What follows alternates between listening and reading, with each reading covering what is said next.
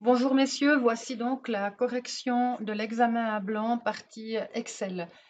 La première chose que je vais faire, c'est d'enregistrer une copie du document avec le nom correct et non pas de le renommer, tout simplement parce que s'il m'arrive un problème en cours de route, j'aurai la version que j'ai modifiée et surtout la version de base, si j'ai eu un gros problème, que je puisse recommencer de zéro. Donc je vais lui dire ici fichier enregistré sous. Et puis, je vais le mettre au même emplacement avec, selon la consigne, mon nom, mon prénom et j'enregistre. Voilà. C'est important de toujours commencer par enregistrer le fichier, histoire que toutes les opérations que vous faites au fur et à mesure soient bien prises en compte. Et là, maintenant, je vais reprendre les éléments de la consigne. Donc, on nous dit dans le travail à effectuer, ouvrez le document et effectuez la mise en page et les calculs en respectant les consignes ci-dessous.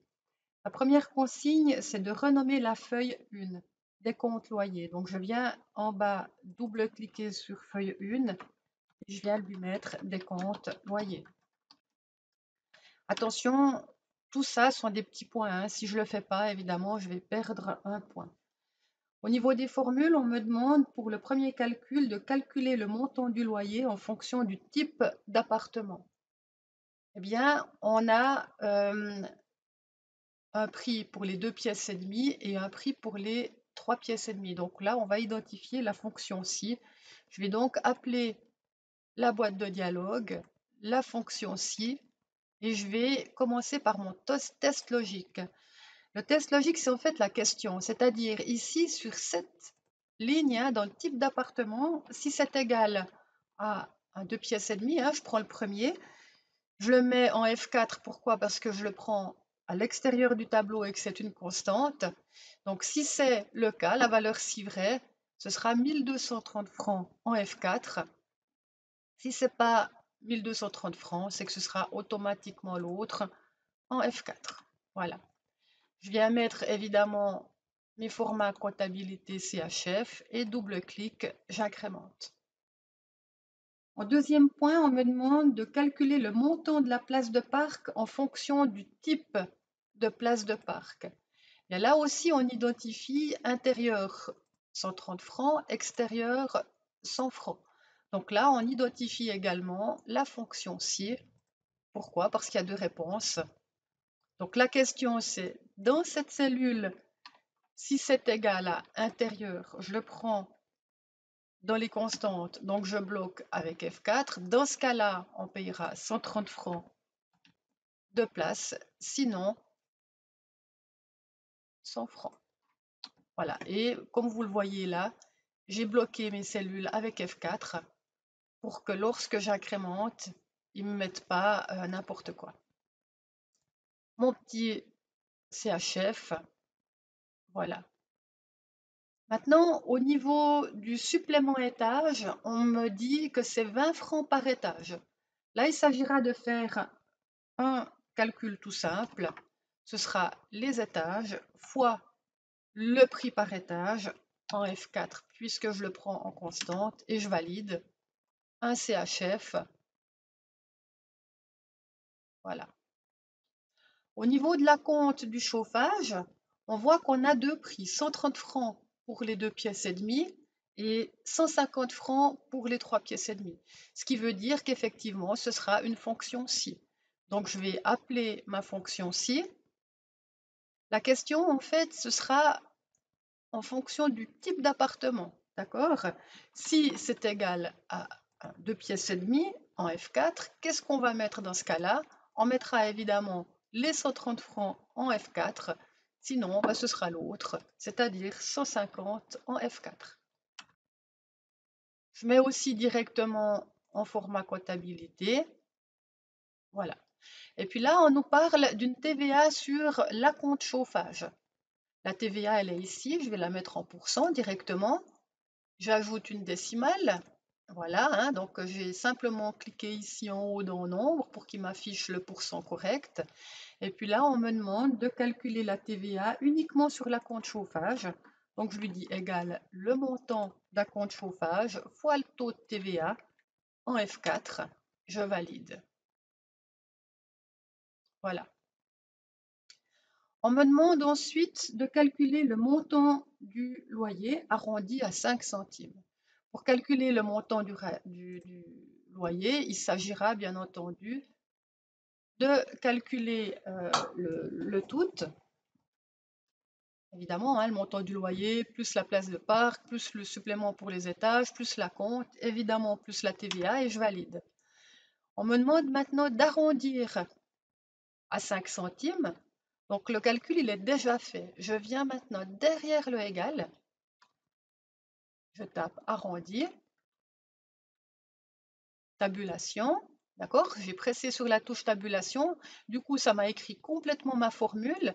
Maintenant, le nombre, en fait, c'est simplement le calcul que j'ai déjà fait. Je viens derrière mon nombre et je mets 0,05 pour arrondir à 0,05 centimes. Et maintenant, j'incrémente et le tour est joué. On voit que c'est correct. J'ai bien des montants qui se terminent par 55 et non plus par 1, 2 ou 3. On me demande ensuite de faire une somme de chaque colonne pour pouvoir ensuite calculer la part en pourcent sur le montant total du loyer. Je double-clique ici pour agrandir mes colonnes. D'accord, celle-là elle est peut-être un petit peu large, je vais la réduire. Voilà. Quand vous avez des dièses qui s'affichent, comme je les avais juste avant, c'est simplement que la colonne, elle n'est pas assez large pour accueillir le nombre. Maintenant, je vais donc calculer mon pourcent, ici ma part en pourcent sur le montant total du loyer. Il s'agira de prendre le montant total du loyer divisé par la somme. Ce sera la même somme pour tout le monde, donc je vais dire F4 pour que lorsque j'incrémente, on ait bien chaque fois ici sur le J23. Voilà, donc je vais mettre maintenant en pourcent et je peux incrémenter. Voilà. On me demande ensuite ici dans la partie du bas de calculer le montant total par appartement. C'est-à-dire qu'on aimerait savoir pour les 2 pièces et demie combien est-ce qu'on a encaissé de loyer. Donc il s'agira d'une somme-ci. Je vais donc appeler ma fonction somme-ci avec la boîte. Voilà. La plage, c'est la plage où il y a le critère. Je vais la bloquer. Pour quelle raison? Parce que je vais le faire 2 fois. Si je ne la bloque pas, il va décaler hein, de 12 à 22. Et évidemment, ce ne sera pas correct. Donc, je bloque F4. Le critère, il est écrit ici. C'est un 2 pièces et demie. Je ne bloque pas. Pourquoi? Parce que j'aimerais qu'il me prenne celui du dessous à l'incrémentation. La somme de la plage, ben, on nous demande de calculer le total des loyers par type d'appartement. Donc, c'est la colonne ici, montant total. Puis, je bloque. Pourquoi? Parce que je vais le faire 2 fois. Et là, j'ai 7640 francs et j'incrémente. Voilà. Vous avez vu, comme tout à l'heure, j'ai des dièses. C'est pas très grave. Ça veut simplement dire que ma colonne n'est pas assez large. Maintenant, on aimerait connaître le nombre de 2 pièces et demie dans cette gérance et le nombre de 3 pièces et demie. Donc, pour les 2 pièces et demie, d'accord, on viendrait calculer ici. Donc, il s'agit de la fonction NBC. Je viens dans mes fonctions, NBC, et je lui dis OK. La plage, c'est la plage dans le tableau où il y a le critère. Je vais la faire 2 fois, je bloque. Le critère, il est écrit ici dans la partie droite. Je ne bloque pas. Et là, j'ai 5 et 6. Voilà. On me demande ensuite de calculer, de faire un graphique. On nous demande de créer un graphique par type d'appartement. D'accord? Donc, on va sélectionner ici les locataires. Voilà. Et on nous demande, de faire un graphique sur le montant total à facturer par locataire. Donc, j'ai choisi donc les locataires. Je sélectionne la touche contrôle et je viens maintenant sélectionner ici. On me demande de faire un graphique sur une nouvelle page. Donc, avec la touche F11, il va me créer directement un graphique. La nouvelle feuille doit être nommée loyer par locataire. Voilà. Comprendre un titre, donc je peux lui mettre ici montant total des loyers, je viens compléter hein, par locataire. Et puis toutes les données doivent être bien lisibles. Je pourrais venir maintenant, par exemple, dans mon graphique, hein, je viens ici dans la création ou la mise en forme, et puis je pourrais choisir, par exemple, un graphique un peu plus explicite, qui soit plus professionnel, je veux dire. Et puis là, c'est à moi de choisir. Voilà. On ne me le demande pas dans cet exercice, mais si je voulais mettre une échelle à tous les 200, par exemple, pour que ce soit plus lisible, hein, là on voit qu'on a tous les 500, je double-clique sur mon échelle et je viens dans la partie de droite modifier l'unité principale qui est à 500, pardon, et je viens la mettre par exemple à 200 et on voit qu'on a une unité modifiée. J'enregistre encore une fois et maintenant je peux passer à la partie mise en page. Donc on me demande sur la feuille décompte loyer de faire une mise en page. On me demande de fusionner le titre principal sur la largeur du tableau. Voilà, je sélectionne le titre principal, je le fusionne et centre. On me demande d'appliquer une mise en page professionnelle en vous aidant de la solution. Sur la solution, on avait ici des bordures. Là, je fais vite, j'applique mes bordures. Là, je peux par exemple fusionner, hein, bien entendu. J'applique mes bordures. Mon titre, je ne l'ai pas fait tout à l'heure, je peux le mettre en évidence. On a ici, je peux fusionner, centrer, mettre une bordure. Fusionner, centrer, mettre une bordure. Des bordures, voilà. Je continue d'appliquer des bordures, voilà. Je peux par exemple ici fusionner, centrer, aligner à gauche. Je vais mettre des couleurs pour mettre en évidence. Donc je peux sélectionner le tout avec la touche contrôle. Partout où j'ai du texte par exemple, ou des éléments. Voilà, là je vais tout sélectionner. Je tiens toujours la touche contrôle enclenchée. Et je vais choisir de mettre une couleur assez neutre. Je vais mettre un gris clair. Et je vais mettre tous ces éléments en gras en une seule fois. Je peux faire ici la même chose pour mes types d'appartements et mon nombre de pièces. Je fusionne, je centre. Et voilà des bordures. Ici, je pourrais renvoyer à la ligne, par exemple. Voilà, j'agrandis. Je centre tout cela sur la hauteur. Je mets encore des bordures. Voilà. Et ici, j'applique une trame. Je peux élargir un petit peu ma colonne. Je viens vérifier, bien entendu, que je n'ai pas de lettres toutes seules à la ligne. Vous voyez ici, par exemple, supplément, on a le T qui vient à la ligne. C'est pas tellement professionnel. J'ai tout centré sur la hauteur. Je peux maintenant, par exemple, en centrer d'autres. Voilà, ma mise en page, on peut dire que de cette façon-là, elle est professionnelle. Donc, j'ai appliqué mes bordures. Maintenant, on me dit que tous les montants sont affichés avec 2 décimales et des CHF. Donc ici, ne pas oublier évidemment les montants des constantes pour faciliter la lecture. Donc, je mets tout ici en format comptabilité.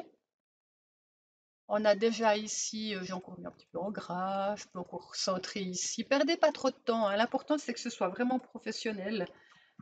Les pourcents sont affichés avec une décimale, donc quand on parle des pourcents, je vais ajouter ici par l'élément accueil, ajouter une décimale, voilà. Maintenant, on me dit que tous les chiffres présentant le nombre de pièces seront en format personnalisé pièces. Je viens donc sélectionner ici ma colonne. Avec le bouton droit de la souris, je lui dis format de cellule. Je viens personnaliser, je viens derrière mon standard, je mets des guillemets et je viens écrire pièce. Je ferme mes guillemets et le tour est joué. Donc là, c'était pour mettre un format personnalisé sur la colonne type d'appartement. J'ai sélectionné la colonne. Je suis venue avec le bouton droit format des cellules, personnalisé, derrière le standard, guillemets, pièce. Et voilà, on a le nombre de pièces qui est affiché. Maintenant, on me demande dans la colonne montant total des loyers, les montants supérieurs à 1500 doivent apparaître en rouge. Il s'agit d'une mise en forme conditionnelle. Je viens donc sélectionner ma colonne, mise en forme conditionnelle, les montants supérieurs à 1500, on les aimerait en rouge. Voilà, et c'est déjà juste. Si ce n'était pas déjà correct, je pourrais venir dans format personnalisé et choisir des bordures, des remplissages, des polices, selon ce qu'on me demande. Voilà, mais là en l'occurrence, on me demandait simplement en rouge, donc remplissage rouge clair, voilà, hein, nickel. Indiquez dans l'entête votre nom et prénom à gauche et la date automatique à droite. Je viens donc dans mise en page, je viens développer ici la petite boîte, je viens dans l'entête et je lui mets en tête personnalisée. Voilà, mon nom à gauche, la date automatique à droite. Je viens dans la partie de droite et je viens cliquer ici sur insérer la date. On me demande ensuite dans le pied de page, je viens modifier mon pied de page. On me demande ensuite de mettre à gauche le chemin et le nom du fichier. Insérer le nom du fichier. Celui de gauche ici, c'est insérer le chemin du fichier. Il va mettre le nom automatiquement. Et on me demande de mettre un numéro de page à droite. Donc je viens dans la partie de droite et je mets ici insérer un numéro de page et j'ai le champ correct. Je reste dans cette boîte. Pour quelle raison? Parce qu'on me demande que la feuille tienne sur une page en paysage centrée horizontalement. Donc je peux faire ça dans cette même boîte de dialogue, hein. Je vous rappelle qu'on a ici dans les marges pour centrer le tableau horizontalement. Et là, je peux venir maintenant dans Page, Paysage, et j'ajuste mon document à une page. Et si je fais maintenant un aperçu avant impression, on voit mes en-têtes, on voit mon tableau, tout est correct. J'enregistre et c'est terminé. N'hésitez pas à m'appeler si vous avez des questions. À bientôt!